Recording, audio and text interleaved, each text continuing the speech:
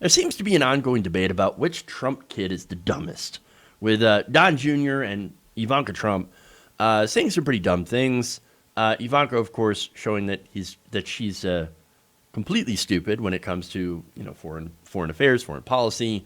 There's that famous video of her trying to butt in to these conversations with actual heads of state and looking like an idiot. But Don Jr., of course, has had his own share of ridiculously dumb things that he has said, both on Twitter and during interviews. But now we might actually have a winner in the dumb off. Not between those two, but Eric Trump, because, well, feast your eyes on this one. The guy sounded 100%. It was amazing. It actually probably goes to speak to how good some of these vaccines that are being created are. And what my father's done on the vaccine front, no one could have done. No one could have done. I mean, literally, Biden was calling my father xenophobic for shutting down America from travel to China. I mean, and the virus came from China. My father literally started day one creating this vaccine. He worked to push this vaccine, and now my father just took it, and you see how well he got over it. And, wait, I think it's an inspiration. I think as Americans, John, we should be very proud of that. Can you clarify that? You said your father just took a vaccine? Meaning when he was in Walter Reed, the medicines that he was taking, and the therapeutics. On Friday, he felt horrible. And on Saturday, again, I spoke to the man 3 times on Saturday, and he sounded tremendous. And I think it goes to show the power of medicine and in this country, and how far that we've come on COVID in the last 6-7 months. Vaccine. There's a vaccine. What vaccine? You think that would have made like gigantic news that there's a vaccine? There's no vaccine. There's no vaccine. And look, Jonathan Garland's like, wait. What are you talking about, vaccine? Wait, what? And he didn't even correct himself. He's like, oh, medicine's great. What? There's a big difference between therapeutics and vaccines. There are treatments, yes, but not a vaccine. And this guy's an idiot. What an idiot. Again, Donald Trump did not take a vaccine because there is no vaccine. Yes, there are several companies right now that are working on a vaccine. So I'm not saying that that a vaccine will never exist. What we're saying is that we don't have one that has been tested and is ready unless Eric Trump just, spilled a gigantic secret and said, oh, yeah, it turns out we do have a vaccine, but it's only the president that can take it, which would be pretty big news. But there's also the same big news that Donald Trump had gotten experimental treatments that less than 10 people have actually had available to them. So we got highly experimental and rapid treatment, unlike, what you and I would ever get. I mean, I'd never get that kind of treatment. I'd never get airlifted to Walter Reed. You and I would not. And we wouldn't get Regeneron, which is something he had also gotten. We wouldn't get access to that stuff, which means we would be more, of course, susceptible to succumbing to the disease if there are, of course, major comorbidities. And so, nonetheless, that's what we have going on. And as far as Donald Trump recovering, is he recovered? Is he recovered? I don't think so. In fact, here you had Donald Trump struggling to speak during an interview on Friday, just a couple of days ago. Well, I didn't even want to use them. Last time I had a big problem. They oscillated my mics when I had the one debate. We had 3 debates with Hillary, and on I think the first debate, on the first debate, they oscillated the mic, and they oscillated it very, very seriously, and they actually apologized to me. Did they oscillated the mic, and they were very, very sorry. I can't breathe. Come on, dude, really? Are you serious? No, he's not over it. By the way, you don't get COVID. You don't get over COVID that fast. I mean, Herman Cain fought COVID for over a month. Millions of people, called long haulers, continue to battle the virus for several months. And so, look, Cain, kind of a bad example because, Cain died after this battle because of the fact that he had previously had cancer before.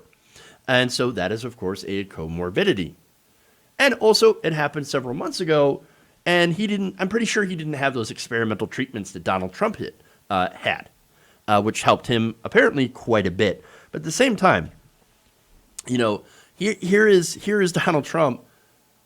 Look, I don't think he's dying, right? But he's obviously not doing fantastic. And so that's a real concern. If you are concerned about the health of the president of the United States and his ability to make decisions while in office, well, then you should be very concerned, even now.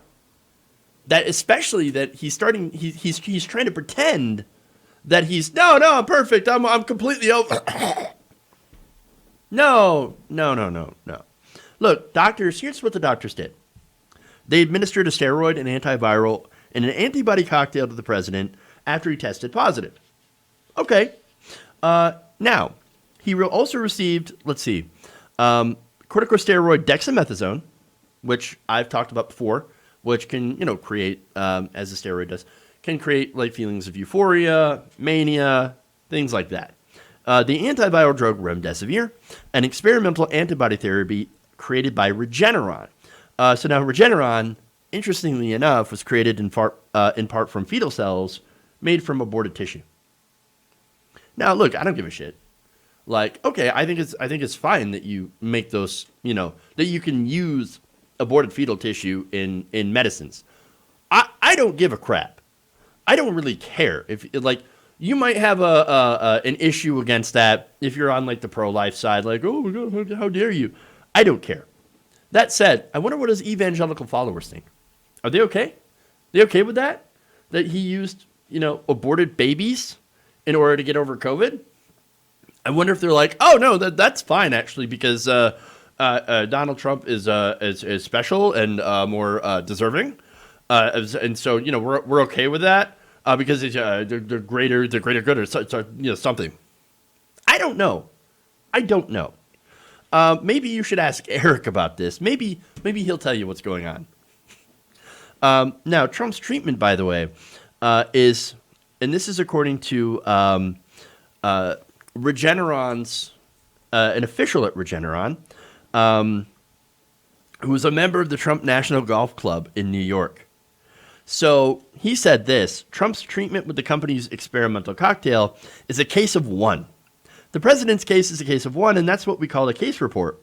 It's evidence of what's happening, but it's kind of the weakest evidence that you can get. So basically what he's saying is, yeah, Donald Trump might seem like he's doing better, but that doesn't mean that Regeneron is ready for anybody else. So it doesn't mean that we're ready to bring it out to market and to help other people. It just means that Donald Trump demanded that we give him the best of the best and the experimental treatments, probably because he was doing pretty bad. I mean, you don't give these medications to somebody who has a mild or moderate case. And that's the other thing. These, intense steroid therapies, experimental drugs, and oxygen, it really does suggest that he was doing far worse than he thought, than we had known, right? And that he is giving off. And he's trying to pretend that, no, what are you talking about? Everything's fine. I'm doing great. Come on. We're not buying it at all. Now, the real evidence, he said, he continues, about how good a drug is and what it will do on average has to come from these large clinical trials. These randomized clinical trials, which are the gold standard. And, of course, they haven't done that yet. Experts have also said, by the way, that it's impossible to know yet if Donald Trump no longer poses a risk to others. So there's the other thing. He's like super spreading around the White House. Took off his mask, right? He's been walking around the White House, has been, went to a debate, did all this stuff. Had his drivers drive him around in order to, have him wave at his followers. Doing all that stuff while he's contagious. And we still don't know if Donald Trump is still contagious. But he doesn't care. And by the way, Benjamin Pinsky, who leads Stanford University's virology lab, says at this point there's no diagnostic test that tells you whether the person that's infected remains infectious. There's absolutely a chain of unknowns, but Donald Trump doesn't give a damn. He's putting people at risk for his own political benefit. As for Eric, though, again, does Eric even know what a vaccine is? It's amazing that this guy can even dress himself, much less do an interview where he's actually asked serious questions, because obviously Eric Trump is not a serious person. If you enjoyed this video, please give us a like and share with your friends. You can subscribe and help out the channel by becoming a patron. It's patreon.com/Jeff Waldorf, or you can become a channel member as well by hitting the join button below.